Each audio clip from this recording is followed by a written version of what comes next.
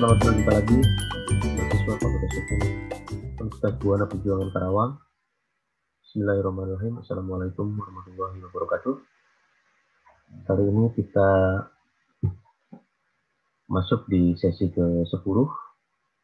Kita akan membahas tentang unsur kepentingan di dalam asuransi, atau biasa di dalam istilah asuransi menyebutnya dengan insurable interest. Baik, izinkan saya share screen.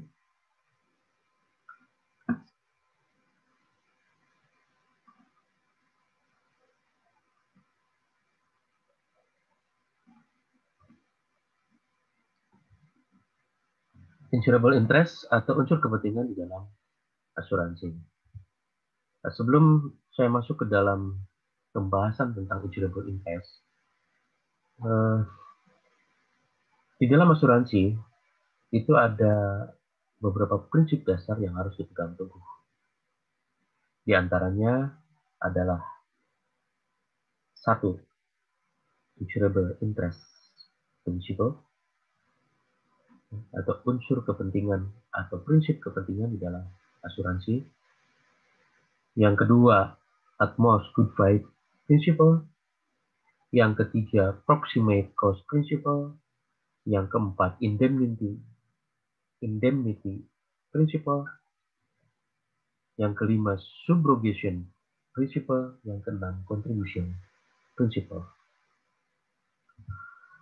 Insurable interest principle, ya, atau kita sebut saja insurable interest, atau kalau kita bahasa Indonesia kan menjadi prinsip kepentingan yang dipertanggungan, atau saya menggunakan istilah unsur kepentingan di dalam asuransi. Insurable interest merupakan suatu prinsip yang memberikan hak kepada seseorang untuk mengasuransikan orang lain karena adanya hubungan kepentingan keuangan yang diakui oleh hukum antara orang tersebut dengan pokok pertanggungan. Nah, di mana yang menjadi pokok perjanjian asuransi adalah kepentingan keuangannya. Jadi, sekali lagi, jika kita bicara tentang asuransi, maka yang kita bicarakan adalah jaminan terhadap efek dari risiko yang terjadi. Jadi efeknya itu adalah efek beban finansial. Ya. Jadi yang dipertanggungkan atau yang dijaminkan bukan risikonya, tetapi efek dari risiko musibah yang terjadi. Misalkan sakit, maka efek dari sakit tersebut akan menimbulkan beban finansial, yaitu biaya pengobatan, biaya dokter. Jadi yang dijamin bukan risikonya, tetapi efek dari risiko, yaitu beban finansial. Dalam hal ini dia menggunakan istilah kepentingan keuangan. Lalu insurable interest adalah hak yang diberikan kepada seseorang untuk mengasuransikan orang lain,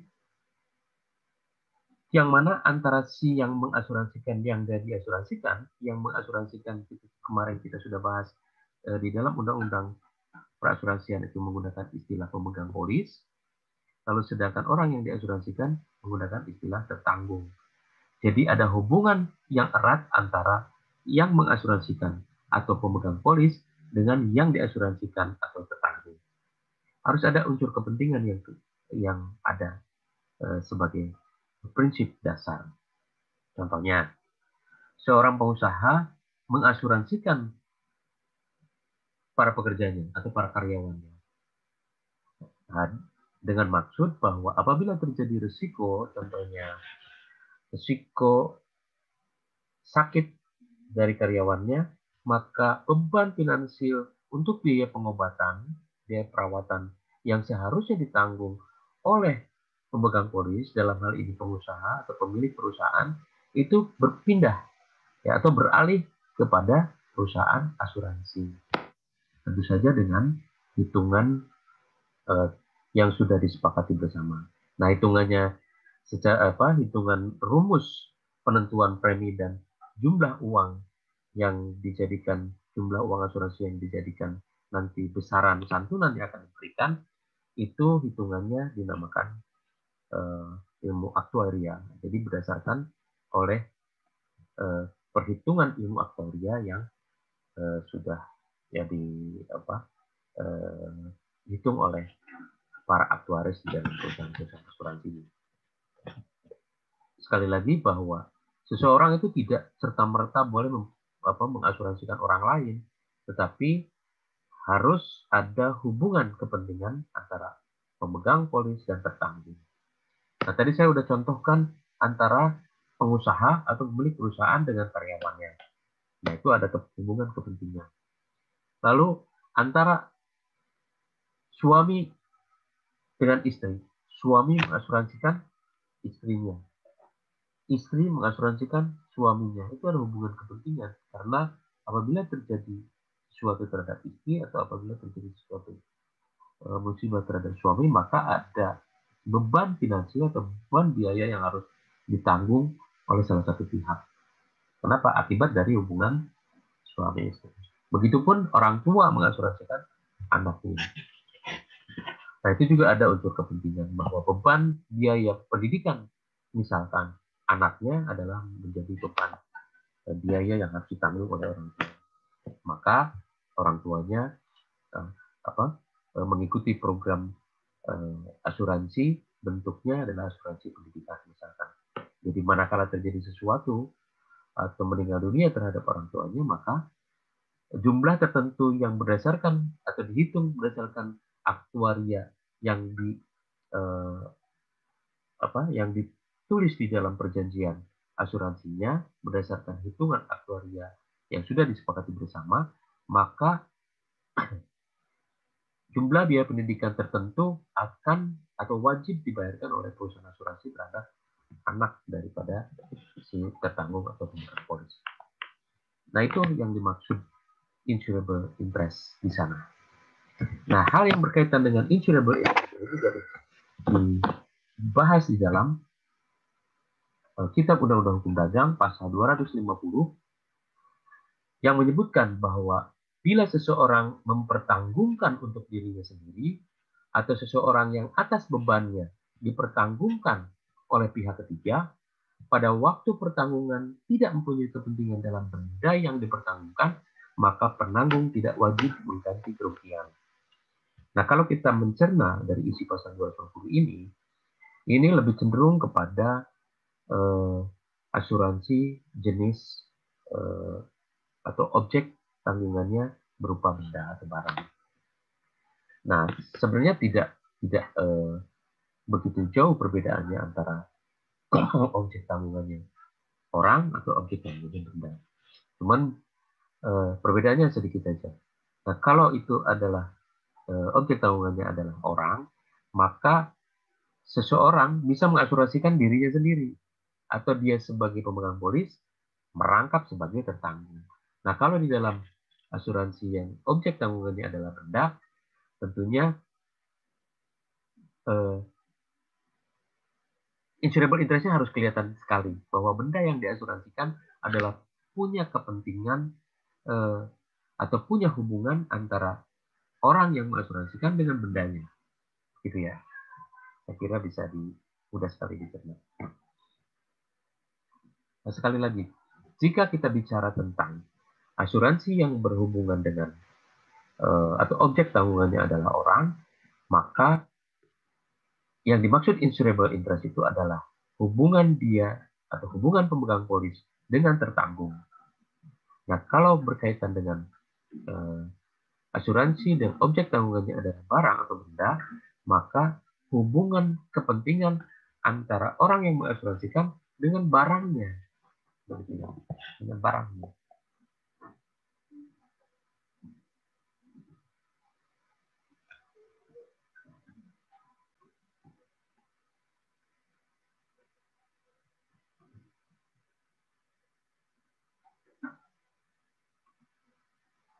Nah, hal ini juga di dalam Kitab Undang-Undang Hukum Perdata dibahas. Anda tinggal silakan dikaji, itu di pasal 1234 1246 Kitab Undang-Undang Hukum Perdata.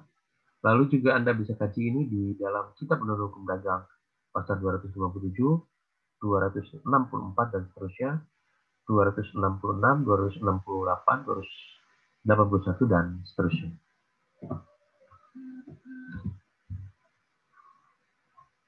Lalu di dalam pasal 268 Kitab Undang-Undang Hukum Dagang disebutkan juga bahwa suatu pertanggungan dapat mengenai segala kepentingan yang dapat dinilaikan dengan uang, dapat diancam oleh suatu bahaya dan tidak dikecualikan oleh undang-undang. Nah, maksud suatu pertanggungan dapat mengenai segala kepentingan adalah semua kepentingan boleh diasuransikan dengan catatan bahwa kalau sudah diasuransikan maka dia harus bisa dinilai atau dikalkulasikan berdasarkan nilai uang, begitu. Jadi nilai bendanya itu harus terukur dengan uang. Atau kalaupun itu bendanya itu tidak bisa diukur dengan uang, maka kalau dituangkan di dalam perjanjian asuransi, maka itu harus dihitung berdasarkan nilai tertentu yang memang harus dihitung berdasarkan atau dinilaikan dengan uang. Lalu dapat diancam oleh suatu bahaya. Nah, bahwa terhadap benda tersebut atau terhadap orang, kalau itu berkaitan dengan objek tanggungannya adalah orang, atau itu barang, atau jika objek tanggungannya adalah barang, maka dia bisa menghadapi suatu bahaya. Bisa mengalami kematian, bisa mengalami sakit, atau kalau barang bisa mengalami kerusakan, atau bisa mengalami gagal fungsi atau tidak berfungsi sama sekali. Gitu.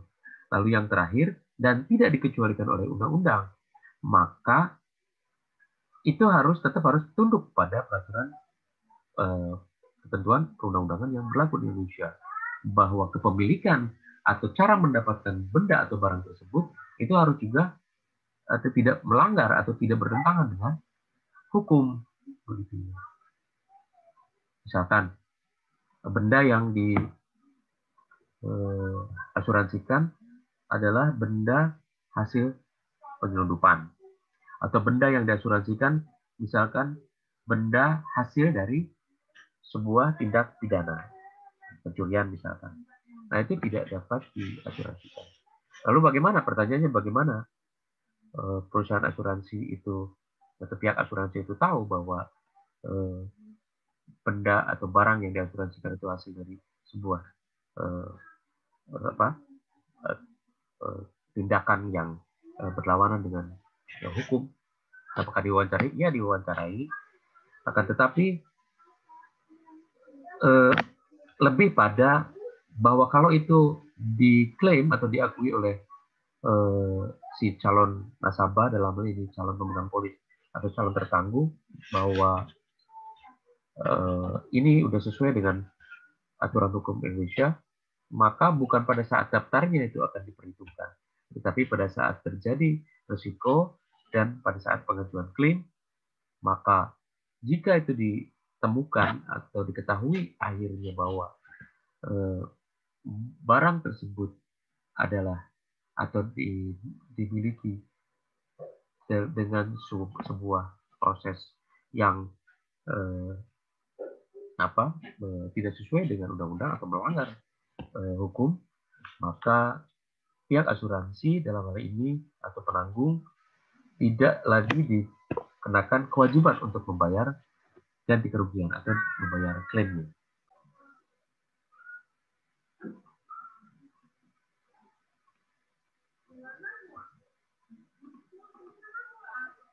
Sekali lagi, di pasal 268 Kitab Undang-Undang Hukum Dagang, bahwa suatu pertanggungan dapat mengenai segala kepentingan yang dapat dinilai dengan uang, dapat diancam oleh suatu bahaya, dan tidak dikecualikan oleh undang-undang. Nah, penjelasan dari pasal ini bahwa oleh karenanya perusahaan asuransi hanya dapat menanggung atau menutup, dia menggunakan istilah dalam istilah orang asuransi, istilahnya menutup. Perusahaan asuransi hanya dapat menanggung atau menutup asuransi harta benda dari orang atau badan hukum yang mempunyai kepentingan atas harta benda tersebut pada saat penutupan. Misalkan seseorang atau perusahaan mengasuransikan kendaraan-kendaraan dinas. Sebuah perusahaan atau badan hukum mengasuransikan gedung kantornya atau gedung di mana pabriknya, di mana dia punya kepentingan atas gedung itu. Atau gedung tersebut atau properti tersebut adalah milik dari badan hukum tersebut atau perusahaan tersebut. Begitu. Jadi ada unsur kepentingan di situ. Nah, selanjutnya, bahwa essentials of insurable interest, ya, hal-hal penting di dalam insurable interest. Insurable interest bukan hanya sekedar adanya sesuatu yang dapat diasuransikan, namun merupakan perpaduan dari beberapa faktor penting atau hal-hal penting. Atau di sini menggunakan istilah essential of insurable interest, yang semuanya mendukung atau menciptakan keberadaan dari insurable interest adalah hal-hal pokok berikut. Nah, ada empat hal pokok dalam insurable interest. Yang pertama, harus ada benda, hak, dan jiwa yang dapat dipertanggungan atau diasuransikan. Ya. Jadi harus ada bendanya, harus ada hak. Hak ini maksudnya misalkan seseorang petani menanam padi, dalam tempo beberapa bulan ke depan, dia seharusnya sudah panen. Tetapi di dalam menjelang panennya, padinya terkena hama misalkan, sehingga pada saat yang seharusnya panen menjadi busuk, itu gagal panen. Nah, di situ hak yang seharusnya dia dapatkan menjadi dia tidak dapatkan karena sesuatu hal. Dan sini hal ini juga bisa dijadikan sebagai objek yang dapat dipertanggungjawabkan atau diasuransikan. Lalu yang kedua, benda, hak dan jiwa tersebut harus merupakan objek pertanggungan. Jadi harus disebutkan di dalam perjanjian asuransinya. Benda, hak, atau jiwa. Benda bentuk apa? Ya. Atas nama siapa? Atau pemiliknya siapa? Gitu. Atau hak, kalau berkaitan dengan hak, haknya itu harus apa yang dia terima seharusnya. Dan kalau jiwa, berarti jiwa atas nama siapa? Atau dari seseorang. Berarti. Nah, itu harus tulis secara jelas atau dimasukkan di dalam perjanjian sebagai objek pertanggungan. Yang ketiga, tertanggung akan memperoleh manfaat bila pokok pertanggungan itu tidak mengalami kerusakan. Tertanggung akan memperoleh manfaat bila pokok pertanggungan itu tidak mengalami kerusakan. Dan sebaliknya, akan menderita kerugian apabila pokok pertanggungan tersebut mengalami kerusakan. Jadi di sini sangat menentukan terjadi kerusakan atau tidak. Atau dalam hal ini, dalam asuransi itu ada istilah risiko, maka kejadian tersebut yang menimbulkan risiko itu terjadi atau tidak. Kalau terjadi, maka menimbulkan kerugian atau tidak. Itu dalam insurable interest. Jadi, tertanggung akan bermanfaat bila pokok pertanggungan tidak mengalami kerusakan. Jadi, kita contohkan seorang pengusaha, jika karyawannya sehat-sehat saja dan dia bisa berproduksi dengan seperti biasa atau produktivitasnya baik seperti biasanya, maka akan terganggu apabila salah satu karyawannya misalkan sakit, akhirnya tidak dapat masuk kerja, maka itu si pengusaha akan mengalami kerugian. Nah, di situ muncul insurable interest, ada unsur kepentingan. Maka jika terjadi sesuatu terhadap objek yang dipertanggungan ini, maka si tertanggung atau orang yang berkaitan dengan benda tersebut atau dengan orang tersebut yang diasuransikan pada hubungan antara unsur untung dan rugi. Untung dalam artian bahwa si karyawan ini akan sangat berperan sesuai dengan yang semestinya apabila tidak sakit, apabila si karyawan tidak sakit. Nah, apabila karyawan tidak sakit dan tidak dapat masuk kerja, perusahaannya rugi. Kenapa? Karena ada salah satu karyawannya yang tidak bisa masuk kerja. Gitu. Atau karena karyawannya sakit, maka perusahaan harus mengeluarkan uang untuk biaya pengobatannya. Dan itu adalah juga merupakan unsur kepentingan. Lalu yang keempat, harus ada hubungan yang berdasarkan hukum antara tertanggung dan pokok pertanggungan. Antara tertanggung dengan orang yang diasuransikan. Antara pemegang polis dengan tertanggung. Jadi kalau di dalam asuransi yang objek pertanggungannya adalah orang, maka yang orang yang diasuransikan itu yang disebut tertanggung. Tetapi kalau di dalam asuransi yang objek pertanggungannya adalah benda, maka tertanggungnya itu pemilik bendanya atau yang ada hubungan insurable interest dengan benda tersebut yang menjadi tertanggung. Tetapi objek tanggungannya atau pokok pertanggungannya adalah bendanya. Kalau di dalam asuransi yang objek pertanggungannya adalah benda. Nah, apakah ini ada hubungan secara hukum? Kenapa harus secara hukum? Karena harus bisa dibuktikan. Ini kendaraan dinas yang mau kita asuransikan adalah betul kendaraan milik perusahaan A misalkan. Nah, perusahaan A ini adalah jadi pemegang polis terhadap kendaraan yang akan diasuransikan.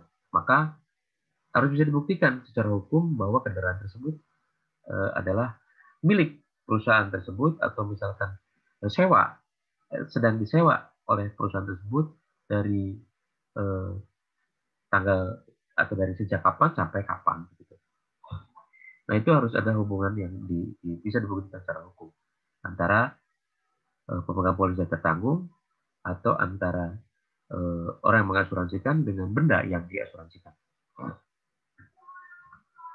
Nah, sedangkan menurut Kitab Undang-Undang Hukum Dagang pasal 298 menyebutkan juga bahwa asuransi dapat mengenai segala kepentingan. Nah, kepentingan tersebut harus dapat dinilai dengan uang, atau bukan dapat dinilai uang, atau setidaknya di dalam perjanjiannya itu harus diuraikan dalam nilai uang dengan jumlah tertentu, gitu ya. Jadi tidak boleh, itu tidak jelas nilainya, begitu. Nanti akan terjadi masalah di saat klaim. Lalu yang kedua, dapat diancam oleh suatu bahaya. Nah, kalau itu tertanggungnya adalah orang, maka dia bisa sakit, meninggal, atau mengalami kecelakaan. Nah, kalau itu objek tanggungannya adalah benda, benda tersebut bisa hilang, atau barang tersebut bisa rusak. Ya. Banyak kemungkinan atau bahaya yang bisa dihadapi oleh benda atau orang yang akan diasuransikan. Nah, yang ketiga, tidak dikecualikan oleh undang-undang. Maksudnya, perolehan atas benda tersebut juga tidak dapat tidak didapatkan dengan tindakan melawan hukum atau dengan tindakan yang melanggar undang-undang. Jadi misalkan ini barang saya akan saya asuransikan, maka dia harus buktikan bahwa barang tersebut yang milik saya dan ini berkas kepemilikannya. Kalau bisa dibuktikan secara hukum. Nah, kalau objek tanggungannya adalah orang, pemegang polis, hubungan pemegang polis dengan tertanggung, misalkan suami terhadap istrinya, maka itu juga harus bisa dibuktikan. Wah, ini istri saya, nah ini surat nikahnya, bahwa dia betul adalah istri saya. Begitupun sebaliknya, istri, nah ini adalah suami saya, itu juga harus bisa dibuktikan dengan surat nikah bahwa ini kita ada hubungan nikah yang bisa dibuktikan secara hukum. Lalu ini anak saya akan asuransikan, asuransi pendidikan. Tertanggungnya saya, cuman yang mendapat benefit adalah anak saya nanti. Maka itu juga harus bisa dibuktikan bahwa ini betul anak saya. Ini akte kelahirannya, bisa dituliskan bahwa kami orang tuanya, gitu, secara hukum. Lalu bagaimana kalau tidak dapat dibuktikan begitu? Maka sejak awal seharusnya perusahaan asuransi atau dalam hal ini yang memberikan penawaran terhadap calon pemegang polis atau secara terang harusnya memberikan informasi bahwa ini tidak mungkin kita lanjutkan. Kenapa? Ya, karena secara hukum berkaitan dengan insurable interest, maka ini tidak bisa dibuktikan secara hukum. Jadi jangan karena hanya mencari nasabah yang banyak, lalu siapa saja boleh dijadikan tertanggung atau pemegang polis atau jadikan nasabah begitu untuk kaitannya dengan target biasanya kalau di dalam marketing. Lalu hal yang lain berkaitan dengan insurable interest, maka timbulnya insurable interest itu ada beberapa penyebab. Yang pertama, berdasarkan hukum. Kepemilikan misalkan atas harta benda. Atau tanggung jawab seseorang kepada orang lain dalam hal kelalaian. Diatur dalam pasal 1365. Di sana mengatur tentang menimbulkan kerugian orang lain akibat perbuatan melawan hukum. Dan pasal 1369 kita Undang-Undang Hukum Perdata menimbulkan kerugian akibat kelalaian. Di sana diuraikan dalam 1369 itu gedung yang roboh akibat kelalaian. Maka pihak pemilik gedung itu bertanggung jawab atas gedung tersebut, itu dia wajib memberikan ganti kerugian. Jadi itu ada insurable interest akibat atau berdasarkan hukum. Lalu yang kedua, insurable interest timbul karena perjanjian atau kontrak. Kontrak yang menempatkan suatu pihak dalam hubungan yang diakui secara hukum dengan harta benda atau tanggung jawab yang menjadi pokok perjanjian. Misalkan itu tadi perjanjian kerja antara pemberi kerja dan pekerjanya. Nah, di situ akibat perjanjian kerja tersebut, maka ada hubungan kepentingan atau ada insurable interest yang memungkinkan perusahaan atau pengusaha ini mengasuransikan karyawannya. Itu akibat perjanjian atau kontrak. Nah, bisa juga akibat perjanjian ini misalkan kontrak sewa bangunan. Nah, di dalam kontrak sewa bangunan tersebut menyatakan bahwa si penyewa bertanggung jawab atas perawatan atau perbaikan bangunan tersebut. Begitu ya, selama dia menyewa. Maka kontrak seperti ini memberi si penyewa insurable interest atau hak untuk mengasuransikan bangunan tersebut, walaupun itu bukan miliknya. Tetapi itu bisa dibuktikan dengan perjanjian sewa menyewa. Bahwa ini sedang saya sewa dan saya diberikan hak dalam prinsip insurable interest untuk mengasuransikan gedung tersebut. Nah, hubungan yang ini diakui secara hukum antara si penyewa dengan si pemilik bangunan yang disewa. Nah, ini diantaranya contoh insurable interest yang muncul akibat suatu perjanjian. Lalu C, ini tambahan saja, insurable interest muncul akibat adanya undang-undang atau statut. Nah, ini contohnya karena di Indonesia saya belum menemukan yang khusus membahas tentang insurable interest, undang-undang. Gitu. Nah, ini saya contohkan di Inggris yang membahas insurable interest, di antaranya di dalam Marine Insurance Act tahun 1745. Nah, di sana menyebutkan bahwa tidak dibenarkan bentuk asuransi marine kepada siapapun juga tanpa adanya insurable interest. Apabila di kemudian hari ditemukan hal tersebut, maka perjanjian asuransi dinyatakan batal dan dianggap tidak pernah ada perjanjian. Sama. Di sini seperti yang tadi kita bahas di kitab undang-undang hukum dagang. Lalu contoh undang-undang lain di dalam Marine Women's Property Act 1882. Lalu di dalam Repair of Benefits Building Measure 1972. Lalu di dalam Industrial Insurance and Friendly Society Act 1948. Nah, itu contoh-contoh undang-undang yang mengatur tentang insurable interest secara khusus di Inggris. Baik, rekan-rekan mahasiswa, sengaja saya membahas satu prinsip di dalam sesi khusus, dan diantaranya di dalam sesi insurable interest ini karena menurut saya sangat penting, itu saya bahas khusus dalam satu sesi saja. Nah, seperti biasanya, Anda boleh diskusi di WA Group, Anda boleh menyampaikan pertanyaan Anda di WA Group, lalu kita akan diskusi tentang itu. Atau Anda juga boleh menyampaikan pertanyaan Anda di dalam kolom komentar di channel YouTube, di mana video ini akan saya upload. Sekali lagi, kita tetap akan melakukan diskusi-diskusi mengenai materi-materi yang kita sampaikan secara online di baik itu berupa streaming ataupun saya upload di channel YouTube saya. Tapi nanti yang intens kita akan diskusi di WA Group atau di kolom komentar di YouTube channel saya.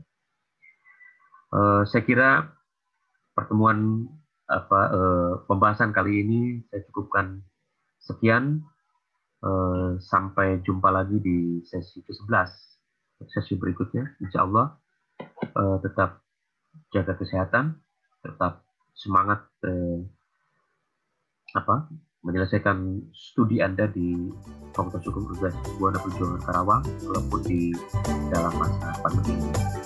Terima kasih atas atensinya. Bila itu saya. Wassalamualaikum warahmatullahi wabarakatuh.